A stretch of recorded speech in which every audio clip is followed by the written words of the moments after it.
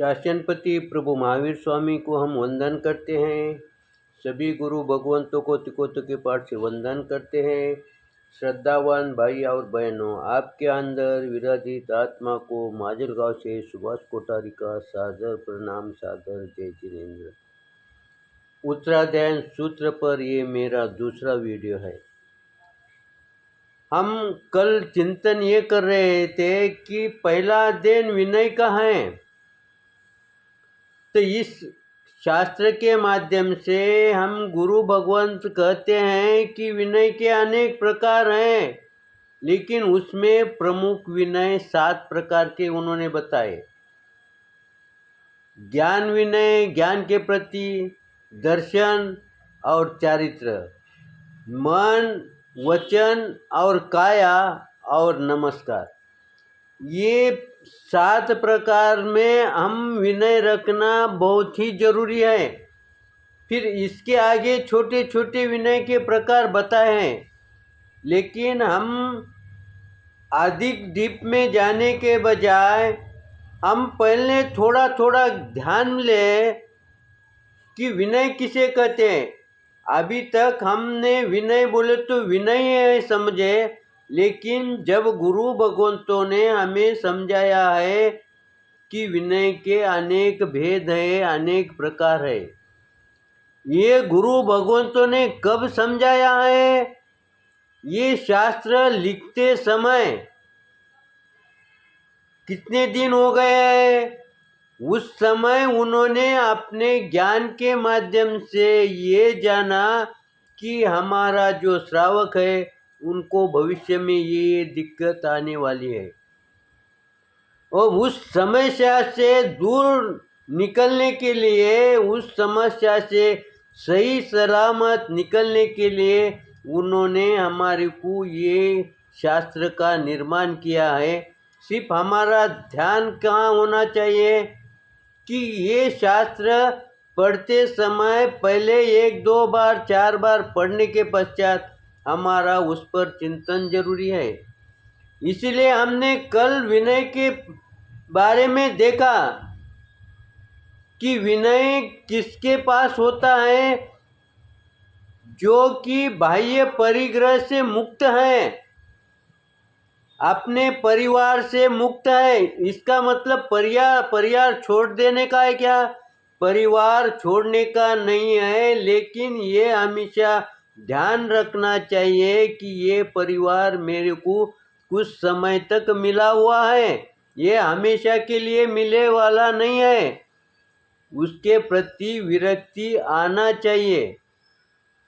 और साथ ही आंतरिक दोष, यानी जो कषाय है, जो राग द्वेष है, ये इससे दूर हुए वाला, इसको नष्ट किए वाला ऐसे जो जीव है, उनका विनय कैसा होता है ये हमें समझाया है। फिर प्रभु ने हमारे को हमारे विनय के बारे में समझाना ना, क्योंकि वैसी पात्रता हमारे में नहीं है। फिर उन्होंने उनका विनय हमारे को क्यों समझाया है? उन्होंने इसलिए समझाया है कि तुम्हारे को सही विनय कैसा है, 100% विनय किसे कहते हैं, इसकी जानकारी होना।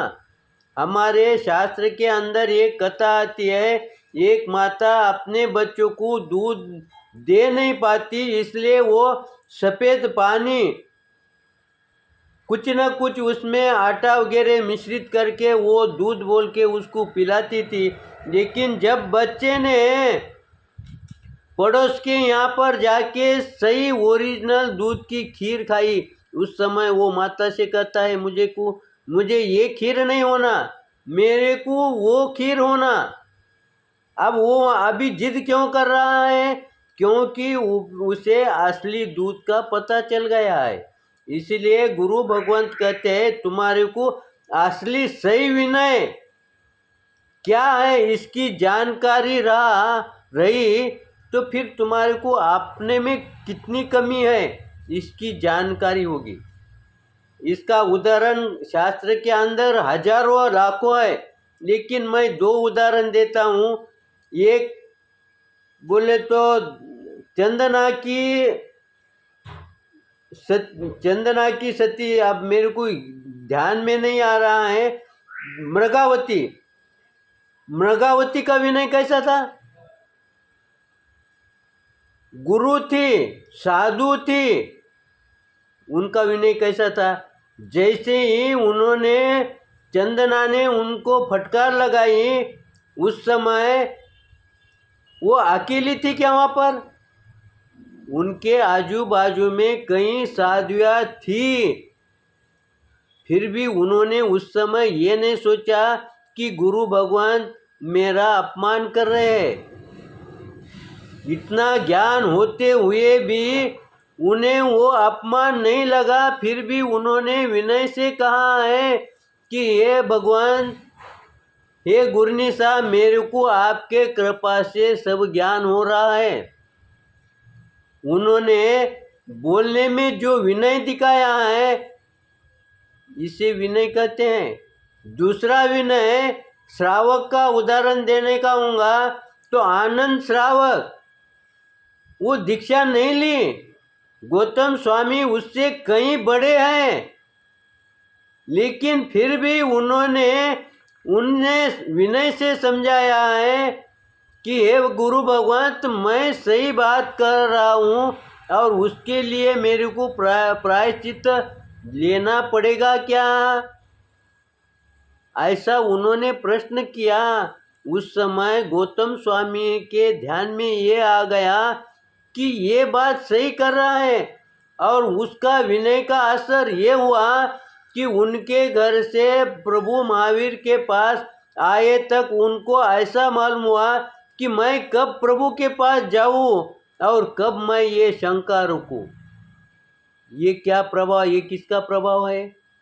ये विनय का प्रभाव है। अब आगे हम अविनय के बारे में, अब ये विनय का समझाया उन्होंने।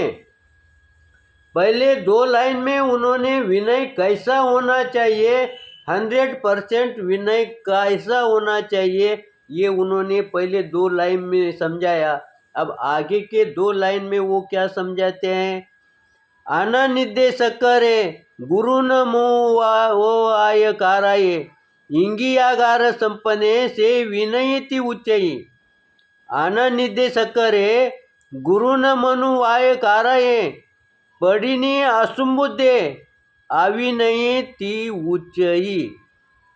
यहाँ पर अगले 4 लाइन में वो समझाते हैं कि विनय शिष्य कैसा होता है, जो गुरु के आज्ञा में, गुरु के मार्गदर्शन में विचरता है, गुरु की सेवा शुश्रूषा करता है, और गुरु के तरफ देखते के साथ, उनको भावों को देखते के साथ वो समझ जाता है कि गुरु का कहना ये है।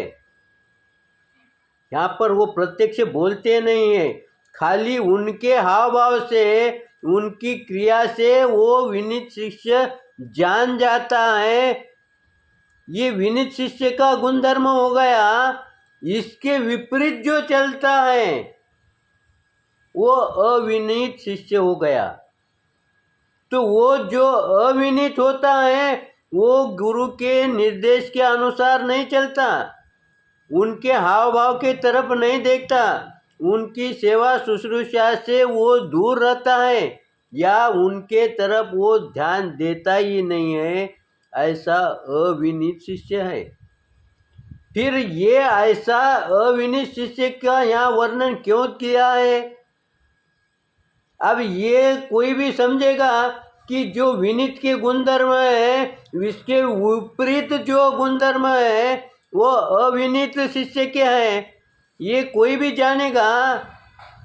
फिर उसका यहाँ पर विश्लेषण करने की क्या भाव थे?